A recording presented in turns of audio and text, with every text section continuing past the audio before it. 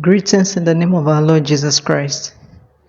Beloved, I don't know what is going on around you currently right now. Right now, I don't know what is going on around you, but the Lord is telling me that demons are angry. Demons around you are angry. The Lord is not playing. He is not playing with your matter. Not anymore. The Lord says into my spirit, He says they are being taken down. You may hear random loud noises, banging of doors, or things in your environment. I just heard the Lord say they are going down. So you have nothing to be afraid of. God is taking them all down.